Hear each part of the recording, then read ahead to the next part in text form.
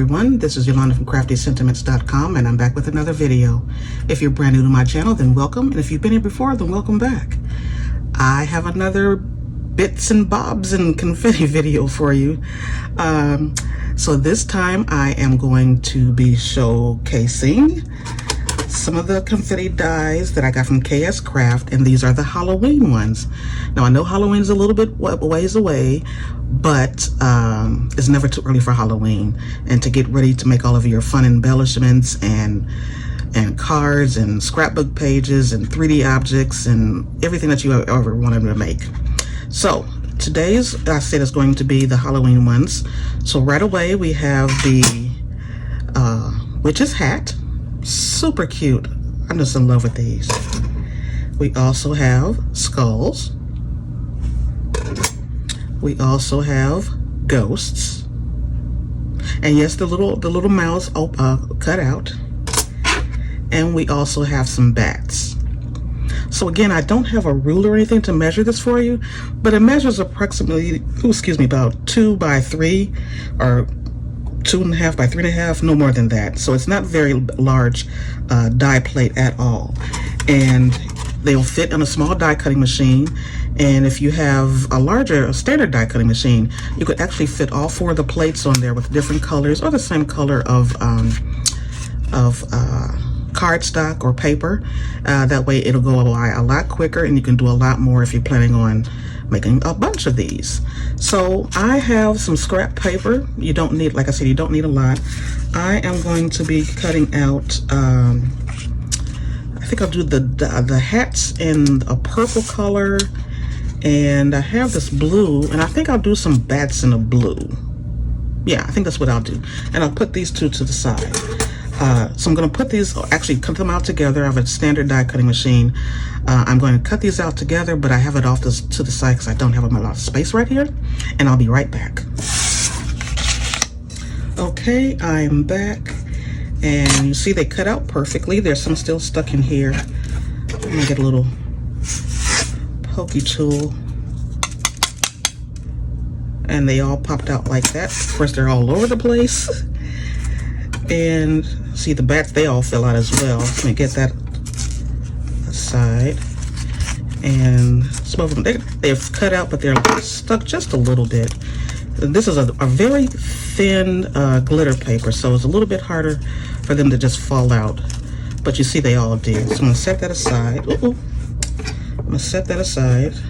And the glitter paper is actually one-sided. So I do have some that is double-sided, but I don't have it with me today. So, you know, you use what you have. And so I'm gonna get the rest of these off because they stayed on the cutting plate. And these did as well.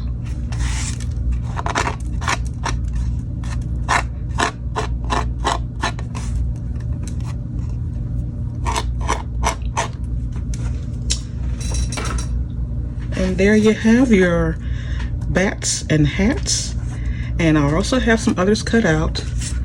Let me get those.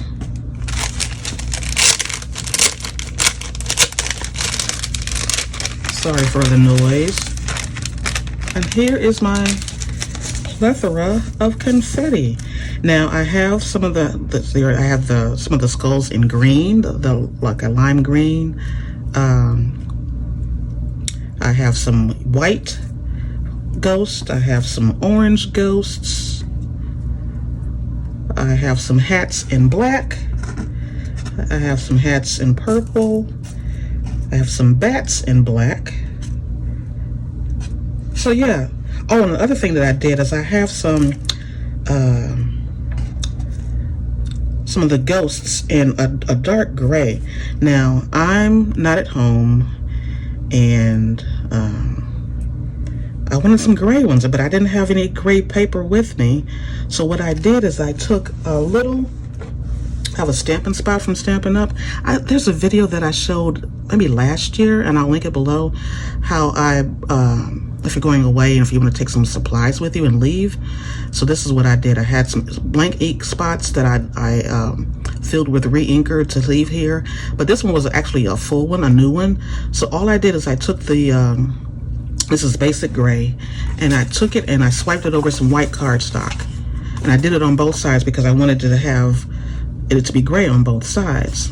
So I swiped the color, just opened it up and swiped it across on both sides, and then I have a gray color. So if you ever have like tons of white paper but you don't have the color that you're looking for, get a re-inker or your regular ink pad, swipe it across the white cardstock and let it dry for a few minutes, and you instantly have the color that you need.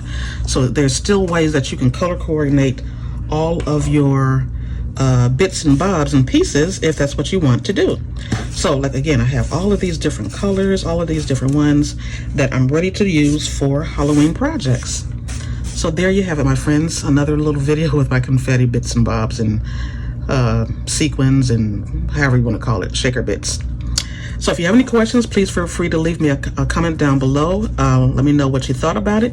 And if you like the video, give it a thumbs up and subscribe if you haven't subscribed already, and click the little notification bell so you can be notified of future videos as they come up. So that's all I have for you for today. This is Yolanda from CraftyScentiments.com, and I'll be back real soon with another one. Bye.